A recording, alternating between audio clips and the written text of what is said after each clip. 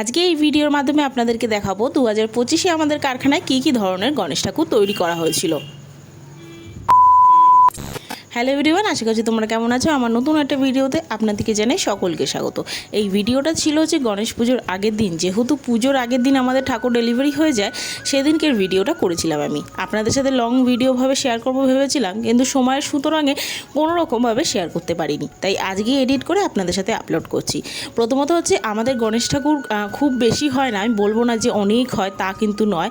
ওই অর্ডারের মাধ্যমে এগুলো আমাদের তৈরি করা হয়। আমাদের গণেশ ঠাকুর আগের থেকে তৈরি করে রাখা হয় না, যেরকম বিশ্বকর্মা, লক্ষ্মী, কালী, দুর্গা এগুলো অনেক সময় আমরা রেডি করে আগের থেকেই রেখে দিই, কিন্তু গণেশ ঠাকুর আমাদের যতক্ষণ না অর্ডার হয় ততক্ষণ আমরা রেডি করি না। যাই হোক, এই ঠাকুরগুলো ছিল হচ্ছে গোবিন্দপালের কারখানায়, যেটা আমার শ্বশুরের নাম, সেটা আপনারা সবাই জানেন।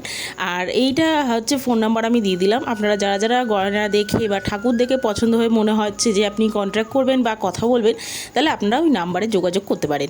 যাই হোক, তারপর এখানে আজকে মানে এবছরে 2025-এ সবকটা গহনা কিন্তু সবকটার দামি গহনা ছিল। দেখতেই পাচ্ছেন একদম রাজমুকুট পরানো। এই যে বড় গণেশটা দেখছেন, এই বড় গণেশটারও রাজমুকুট ছিল, কিন্তু এখনও পর্যন্ত পরানো হয়নি। একটাই কারণ, যখন বের করবে ঠাকুরটাকে তখন ভেঙে যাবার ভয় ওগুলো পরানো হয়নি। আমাদের কারখানায় সবচেয়ে ছোট ঠাকুর ছিল এইটা, মানে দেখতেও যেরকম ছিল, মানে ছোট বললে হবে না, মানে দেখতেও এত সুন্দর লাগছিল, আর মুকুটের কাজও কিন্তু খুবই সুন্দর ছিল। আর এই গণেশ ঠাকুরগুলো দেখে সত্যি আমার নিজের তো খুবই ভালো লাগছে।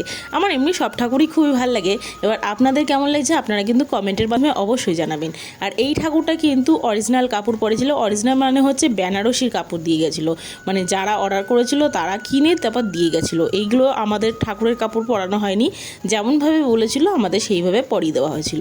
আমাদের প্রত্যেকটা গণেশে এবছর কিন্তু সুরে কাজ করা হয়েছে। সুরে মানে হচ্ছে সুরে রং দিয়ে তুলি দিয়ে এঁকে দেওয়া হয়, কিন্তু এক্ষেত্রে এখানে গয়নাও পরানো হয়েছে, তাতে সৌন্দর্য আরও ফুটে উঠেছে। এমনি গণেশ ঠাকুরের চুল থাকে না, তাতেও অনেক সুন্দর লাগে। কিন্তু আমাদের এবার কারখানায় জানেন তো, এবার কারখানায় আমাদের বড় একটি ঠাকুর হয়েছে। আমাদের ওই যে বড় যে ওই দেখছেন রাস্তায় পড়ে, মানে বাইরে যেটা আছে দেখতে পেয়েছেন, ওই বড় ঠাকুরটা হচ্ছে আমাদের দুটো হয়, এবছর হয়েছে একটা।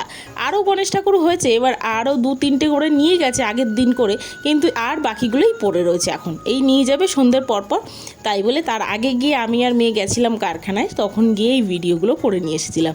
এবার আপনারাই বলুন তো যে কেমন লাগছে এই গণেশ ঠাকুরগুলোকে।